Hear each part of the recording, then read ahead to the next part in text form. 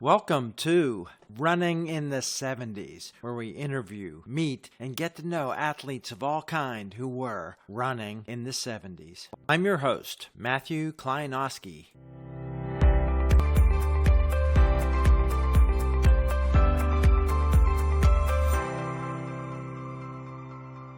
Today on the podcast, we're going to try something with somebody who is in the middle of an exercise session on her elliptical.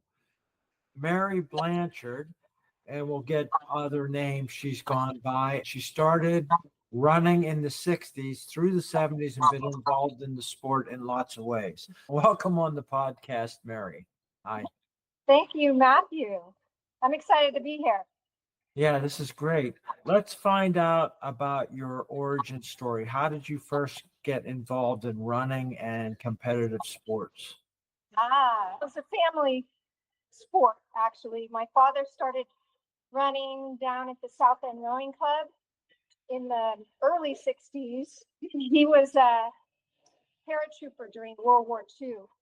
So he had went through three of the biggest campaigns. He went through Normandy. He went through Battle of the Bulge. And the last campaign was Market Garden. So he was a fierce soldier during the war. And he always felt like the more sweating you do during peacetime, the less bleeding you do during wartime, which is a Schwarzkopf, not Schwarzenegger, but Schwarzkopf mentality of you've got to stay fit, the fittest survive. He started running, and he had a really good friend of his that had died of smoking, and he asked the doctor what could he have done to not die from smoking. Number one, not smoke, but number two, to stronger through running.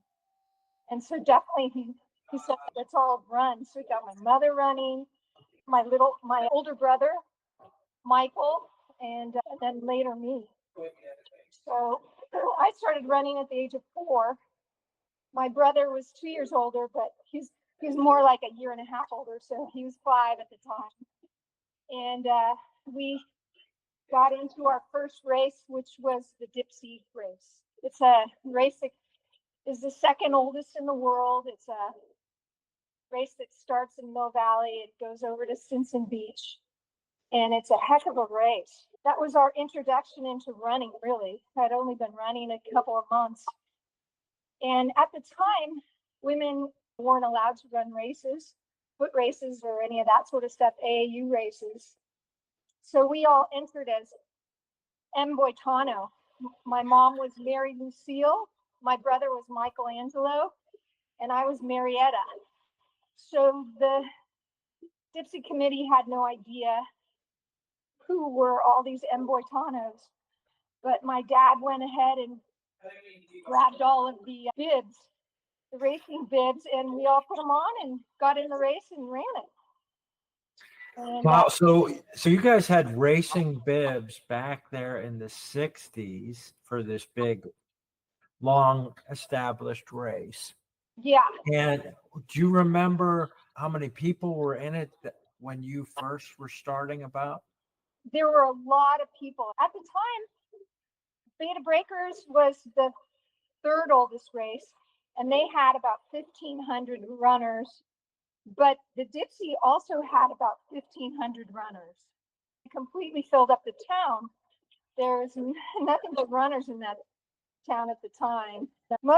Everybody thought I was a little boy because I couldn't really present as a girl out there because women weren't allowed to run. Sometimes you were either pulled from the course or your name didn't show up in the results. And all of that didn't happen until 1971. The first race I remember that my name showed up in the results was in the Beta Breakers. And the Dipsea let me in. They honored me as the first woman to win the Dipsea, the women's category. How much were you running? How many miles a week? Yeah, between races. I ran a race every weekend because my dad started the DSE. So at least I had one hard workout every week. And I probably started mile wise, with a couple miles every other day. And then it went to every day. We ran every day, and I would run to school and then run home and then come run around Lake Merced or run around Twin Peaks, which is nothing but hills. And so I did a lot of hill running. And the hills are your friends, right? Those are the ones that really help make you strong and give you strength. If you know about running, you don't do any hill work, you're going to have nothing but shin splints. It's a great sport. It's a great sport for everybody. You don't really need a lot of money, and you just need shoes, maybe. Did you remember when you got a pair of dedicated running shoes? Oh, yeah. My first pair of running shoes, there was nothing made for little kids. So I was 4 years old running in like Dexter shoes or Chuck Taylors. I had nothing to really run in. Ballet slippers. So my dad contacted a company called Adidas. And this guy, his name was Adidas from Germany. And he said to my dad to have him trace my foot on a piece of paper. And then I remember standing up straight and him tracing my toes, sent them in. And I got a pair of my first Adidas when I was 4 years old.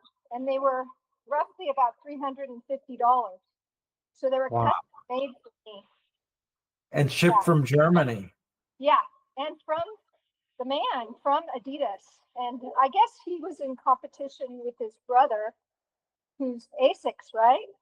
And he had Puma, which was another great pair of shoes. I used to wear a Puma running down the Dipsea. That was a great pair of shoes to have because they had these ridges on them. They were really grippy. So when you run cross country, you really have to have a solid pair of shoes to hold you on the trail going downhill. Yeah, that reminds me when I was growing up, I had a bike when I got a bit older, but when I didn't have a bike, I used to just run around with my friends and I'd push them up the hills on the bike and ride down on the back of the bike with them. And they just thought, oh yeah, it's good. You can push me up the hill and make this easy. And yeah, I had no idea actually getting in shape and becoming a runner. Age 7, when your results showed up, by then, did you think of yourself as a runner? Was that part of your identity? And what else did you do? Yeah, I did think of myself as a runner because I was getting a lot of attention. And I ran my first marathon in Petaluma in 1968. I was 5, and it was cold. It was almost freezing, but it was raining. So it had to have been in the high 30s. And I got to about mile 20, and I fell apart. I hit the wall like everybody else. And I just had to forget about it, stop. But my brother, Michael, he finished the whole thing. And when he was done, they gave him this huge trophy and all this excitement around him. And I was just sitting there, and I'd run 20 miles. And I thought, I didn't get any acknowledgement whatsoever. So I said, it's time for me to step up my game. In fact, my brother got a world record for his age group, because how many 6-year-olds are running 26 miles at that age? Anyway, so he gets a world record, and I'm just sitting there by myself. So I figured the next year I wanted to finish it. And it was cold as heck again. And I was running with my dad and my brother, and we were planning on finishing. And I think that was the year my brother, maybe he got a little hypothermic. It was cold. And he ended up falling down on the course. And we picked him back up, and we had a doctor that would run with us when we were little. He was running with us. His name was Brzezinski. And Brzezinski took a look at him and said, there's no way he can finish. And we put him in the car. And then I thought maybe I was going to get lucky and go in the car with him just to make sure he was all right. But I ended up having to run 6 miles more, wherever it was. It was probably 10 at the time to finish up the race. But I did finish. I think my time was like 4:23 6:45 or something like that. For a first marathon and you're 6 years old, that's pretty decent. And I ended up getting this really beautiful youngest person award plaque, and I think I still have it. But yeah, all this acknowledgement from the director that put the race together.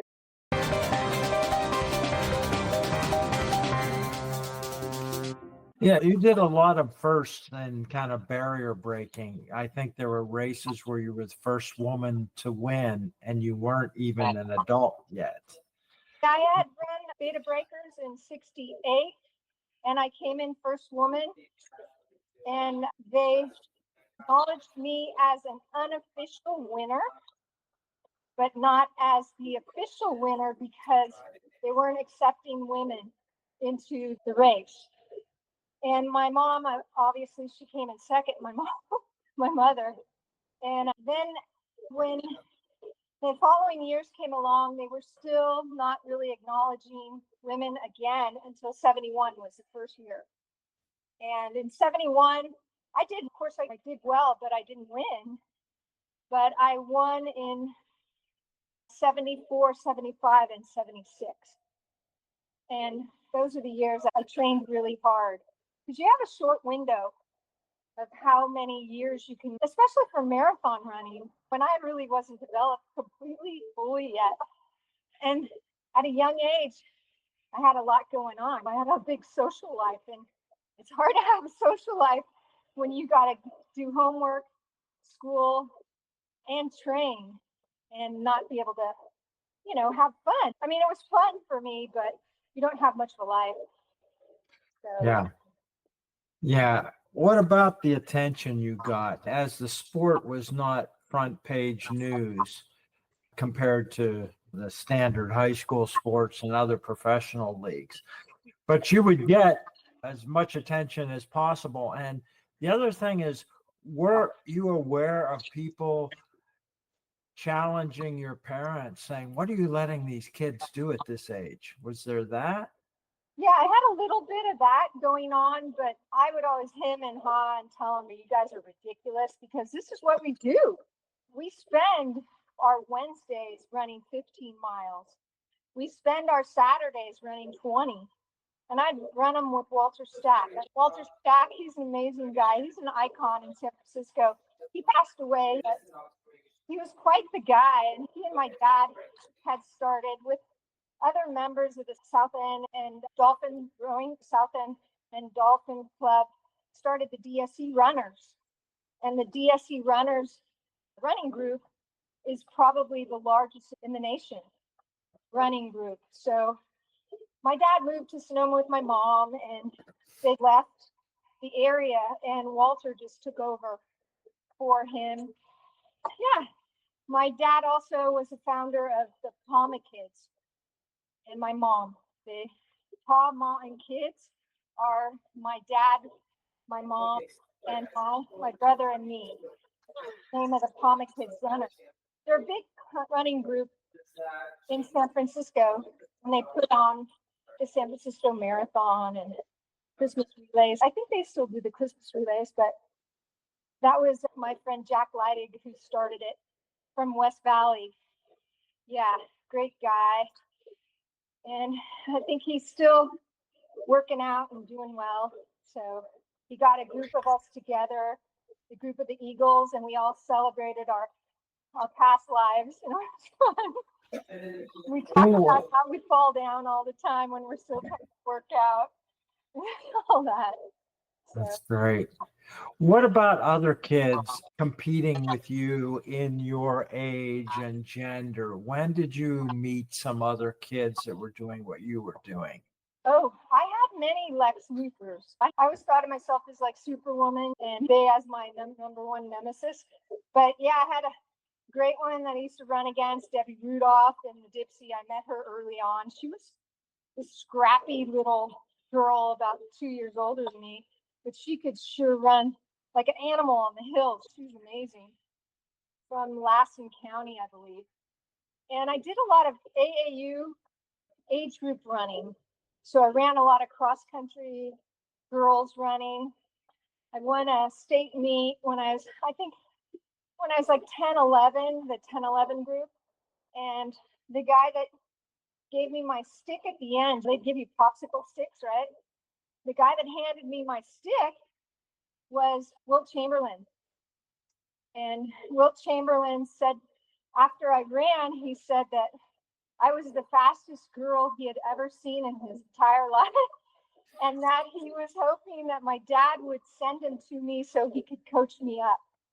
So he had a track club that he used to coach women. I never knew that, and apparently he lived in the city from time to time, but this time he was down in La Jolla with his group of girls who I didn't come from a big team. I won the state meet, but yeah, had a lot of fun. What about your scope? AAU state championships. What about going farther afield? And what did you know about the running world beyond that? I was a distance runner, so I didn't do a lot of track and field work. I was very limited as far as races. I wasn't able to run in the Olympics any more than 1,500 meters. And some of the women that I ran 10Ks against, they would choose to run in the 1,500 meter in the Olympics and qualify and get in there. But I wasn't a track runner, so I didn't do it. The only races that I could run in were road races, and their mileage was anywhere between 7 miles to up to a marathon. Because I wanted to win the Dipsea, I wanted to win the Beta Breakers, and I wanted to win the Boston. And the Boston was the biggest race that I think I could have won.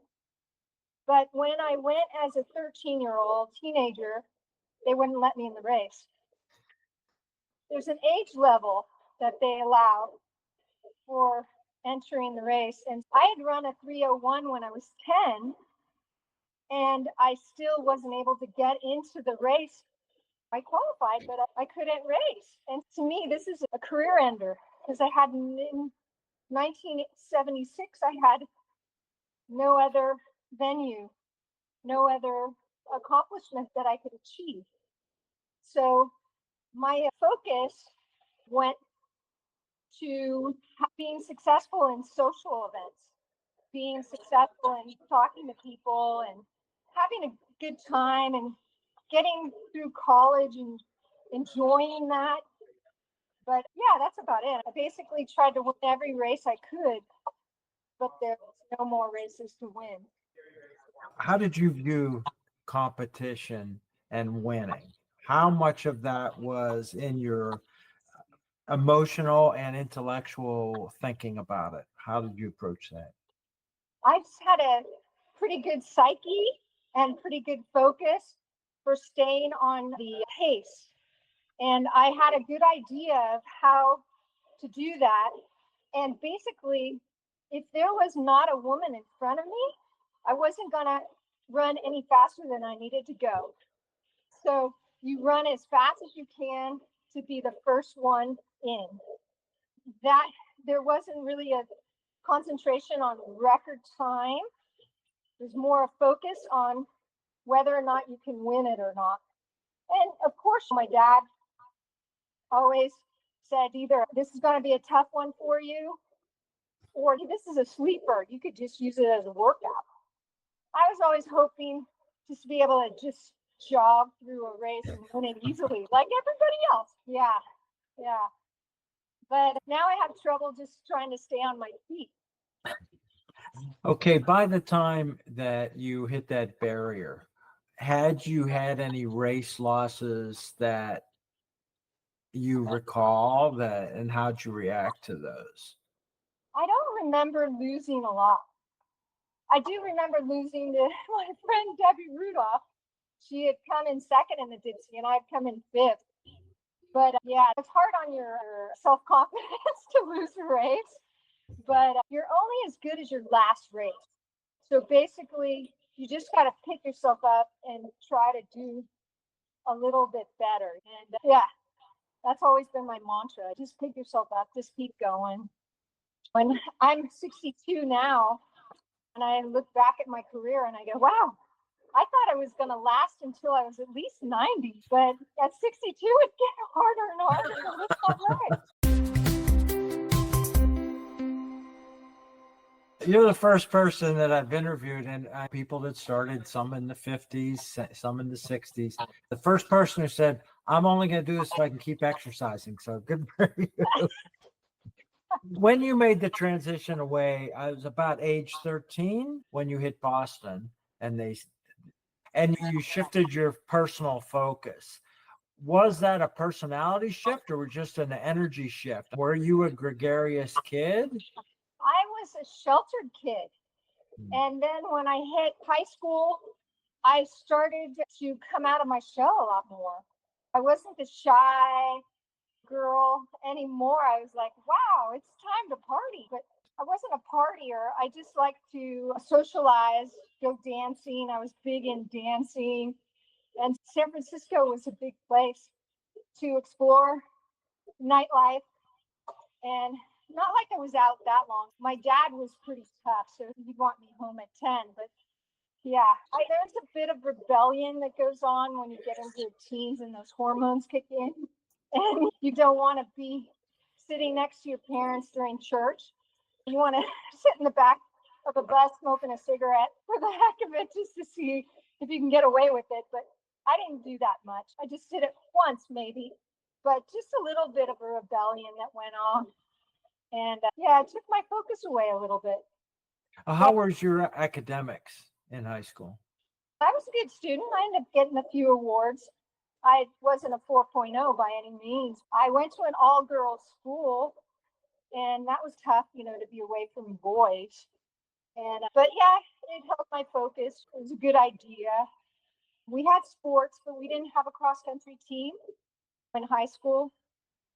So my parents volunteered to be the coaches for the team, and I went against a little bit of my rebellion. Here I am trying to rebel, and now they're my coach again. So yeah, it was great that they did that because we didn't have a coach. We wouldn't have a program without them. So I do appreciate all that they did at that time as well. And maybe we had a track coach, but maybe 1 year. So I didn't have very much experience running the track. I just know that there was a lot of interest, but there wasn't a lot of talent in my high school when it came to running. The girls would look at me and go, wow, how did your legs get so developed? So when you were in high school, were you continuing to run as often as you had growing up? No, not at all. I just did it recreationally. I'd run with friends and we'd talk and we'd socialize. And I did miserable at like city meets. And I went to sections and I came in almost like middle of the pack. So I wasn't a great high school runner by any means. Had I kept it up, I might have had offers to go D1. I got actually an offer, and this is strange. I got an offer from University of San Francisco to play basketball. And I didn't play basketball at all during high school. So it was interesting that they would ask me to play basketball. And I think it was a half scholarship to play. But yeah, I played in grammar school. Who would know that I would play in college? I probably would have made a pretty decent player. How did that happen? What was it? I have no idea.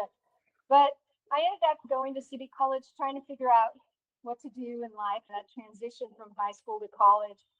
I spent a few years and I got on the cross country and track team, and I did pretty well under Ken Grace and Daryl Zapata, who were my coaches. They were lovely. And Daryl's not around anymore, but he was a great coach. Then I transferred to San Francisco State, and my coach was Harry Mara. And he's really a firecracker. He's a decathlete, and he loves the sport of decathlon.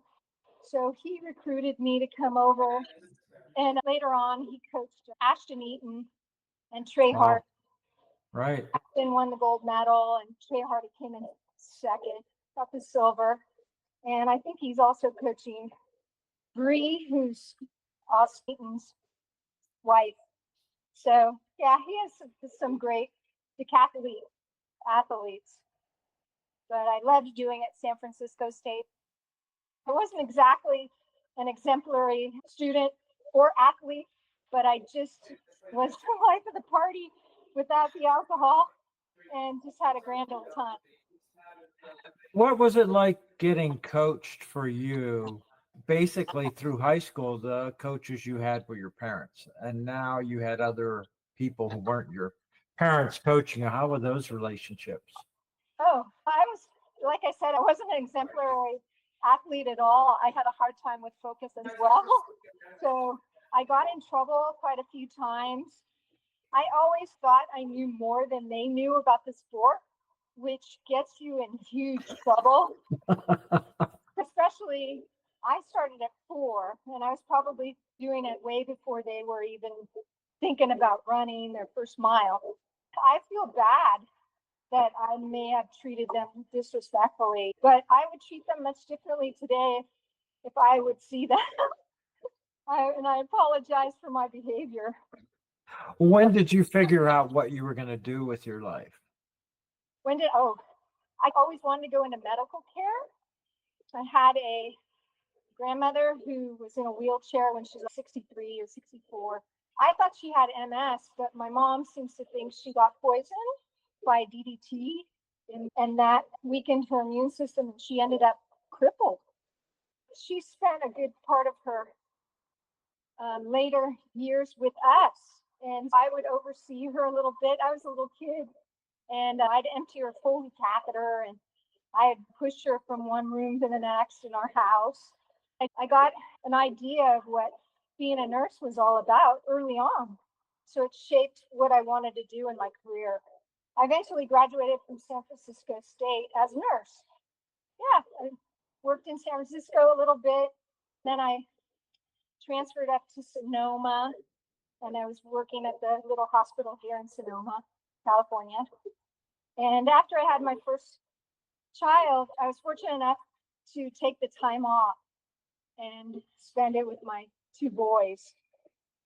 And I really never went back to nursing until family had a little accident with a carjacking, and had taking a little time to take care of my father-in-law. And then he passed away in 2000. So he was only 66. After that, I took care of my dad, who had prostate cancer, and he did very well after his treatment. And the doctor said he wasn't going to live that long, but he ended up living like 20 years longer. And he died at the ripe old age of 91.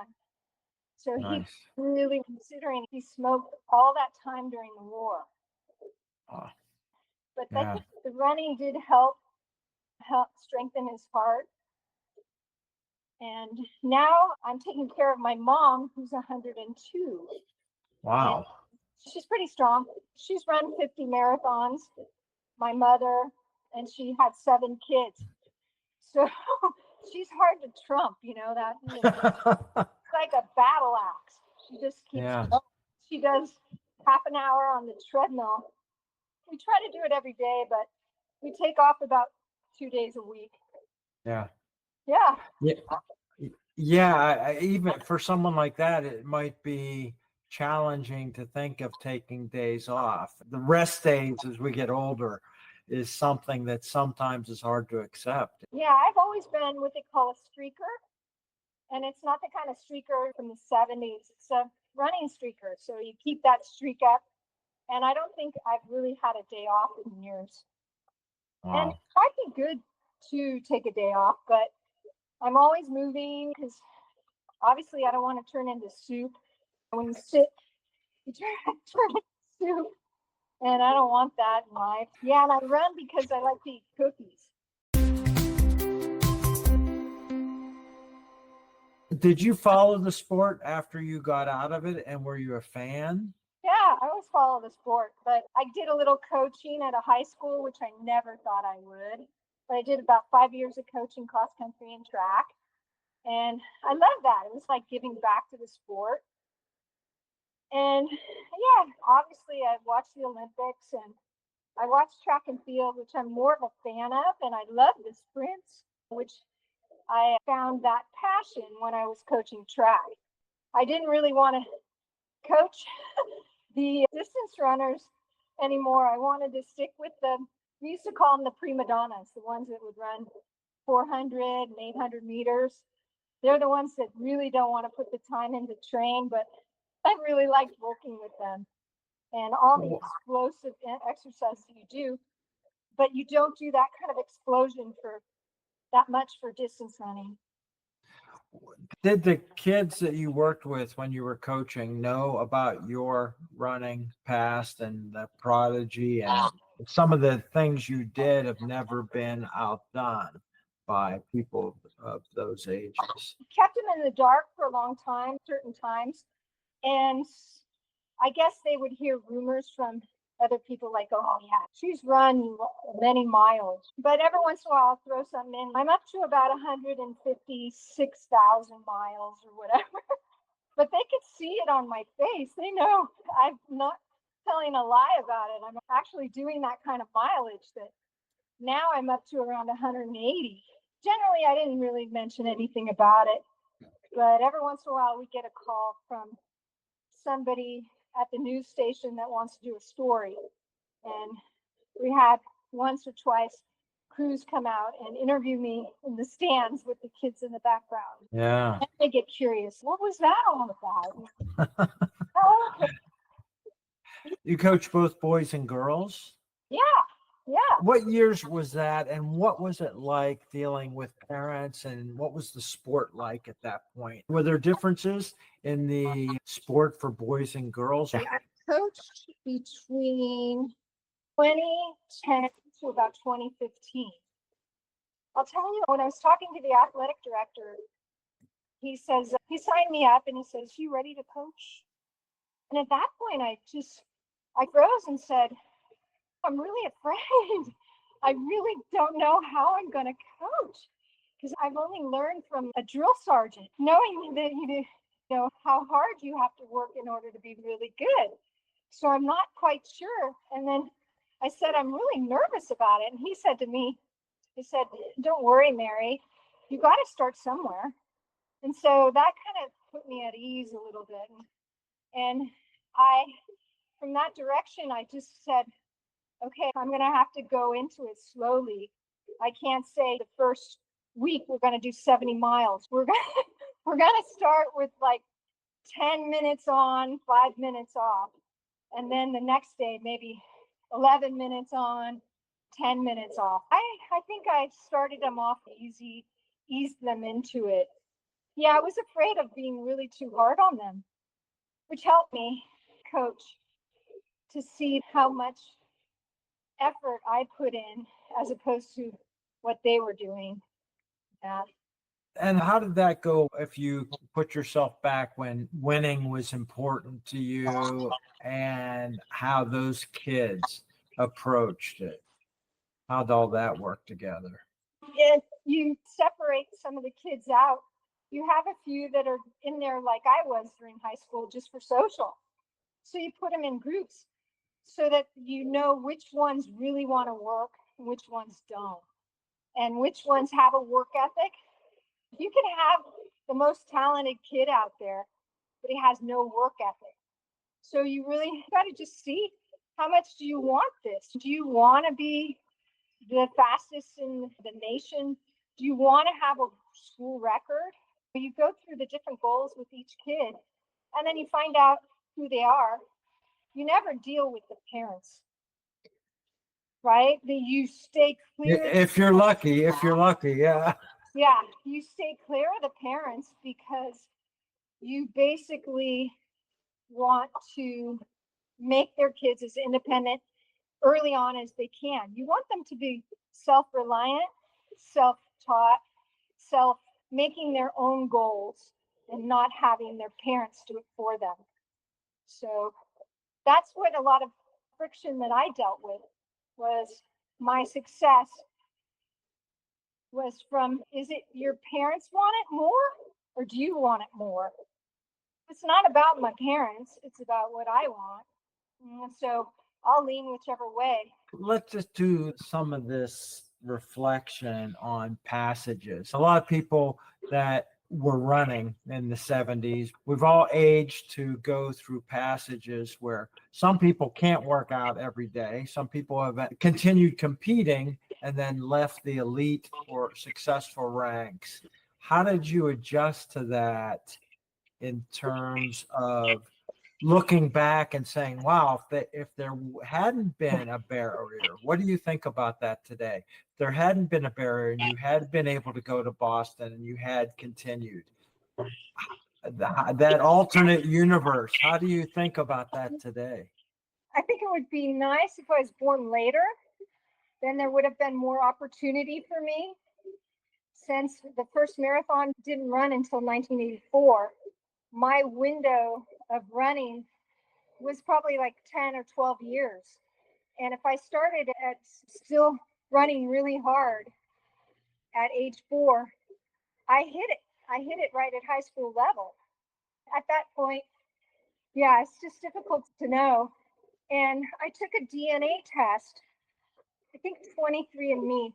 They check you for either having endurance or being a sprinter, jumper, kind of elite athlete.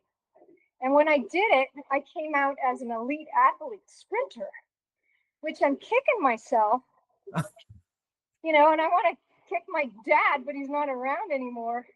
We were all endurance athletes. So it would have been great to explore that 1,500 meters and maybe being the youngest to actually run that race in the Olympics. I had a little bit of an opportunity, but never the fortitude to actually get there and be there as that racer. Yeah, you were a kind of a major world barrier breaker at that young age. Do people ever get talking with you and the name comes up and they go, "You're Mary Boitano," and they remember you from that time? Does that ever happen? Yeah, I was in a real estate class and my teacher was Clark Rosen. And I said my name, Marietta, and he wouldn't have known Blanchard at all, but I put in Marietta Blanchard because that's my married name. And he goes, "I know Marietta Boitano that was a marathon runner in Petaluma." And she went on to win these other races. He started to tell my background to the whole class. And I looked to my friend that I was in class with. She said, "Why don't you tell him that's you?" And I said, "I'll do it at the end of class." So I just nodded my head along with him spewing all the different races that I had ran against him. I had no idea. He was about 10 or 15 years older than me. So I wouldn't have remembered at the age of 5, 6, 7.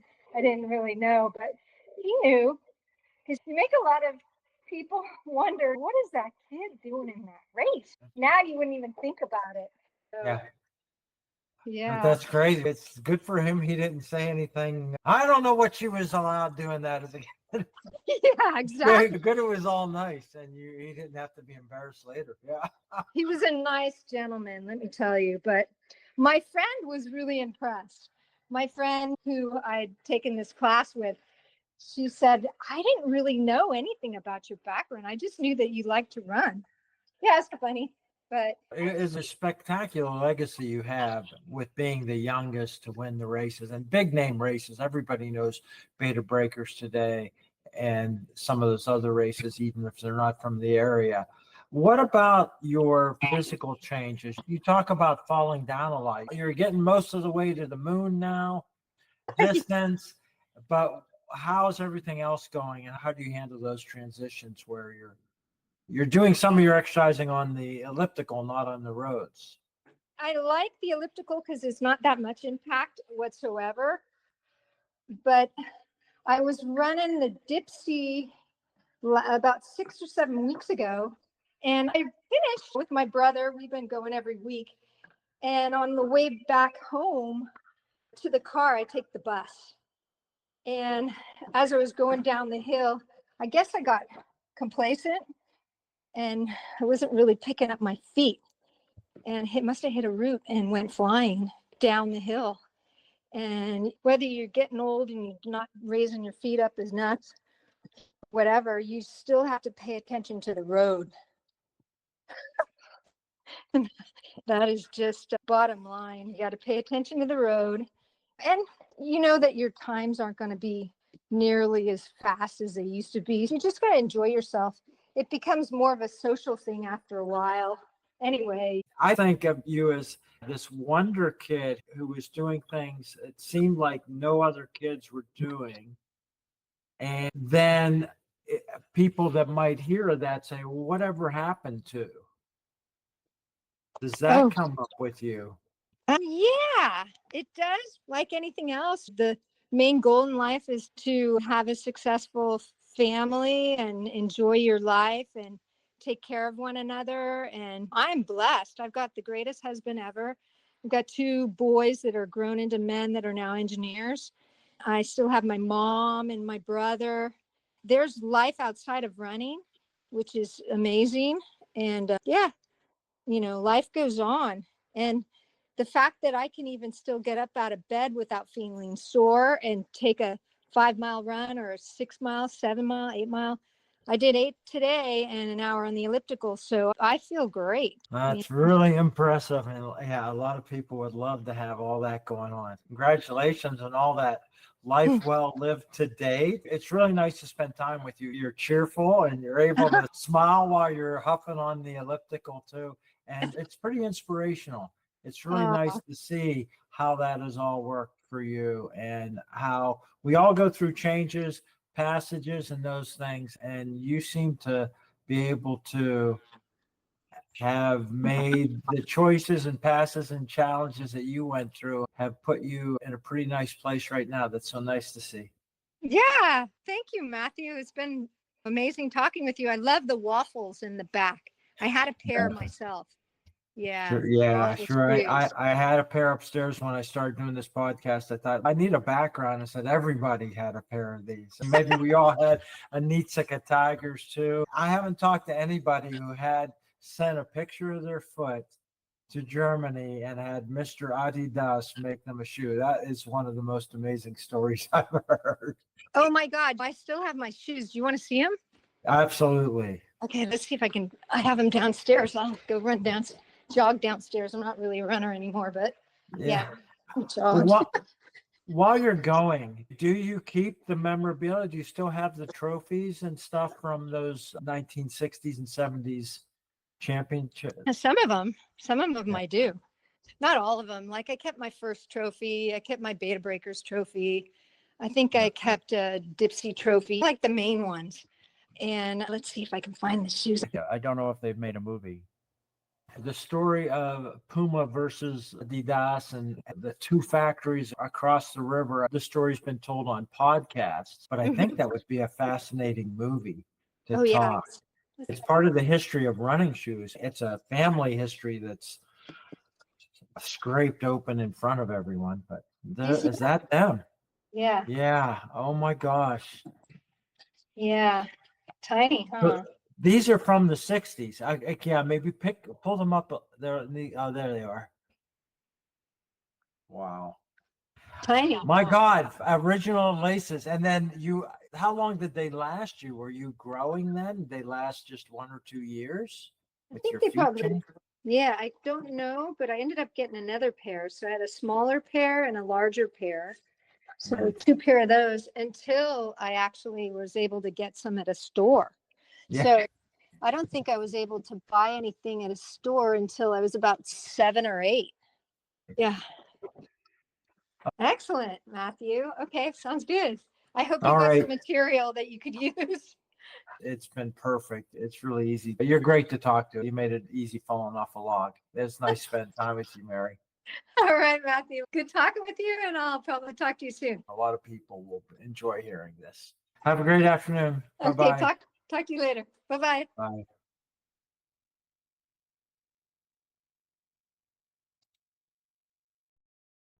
Hey, I hope you enjoyed another episode. Do you have someone you'd like to hear interviewed on the podcast? You can leave a comment on the YouTube channel or on the website, running70s.com. That's running70s.com. Let me know what you think of the episodes and anyone, including yourself, you'd like to hear interviewed. I hope you enjoyed another episode of Running in the 70s. Voices, stories, and memories of athletes who were running in the 70s. Until next time, wherever you are, keep looking forward and don't forget to look back.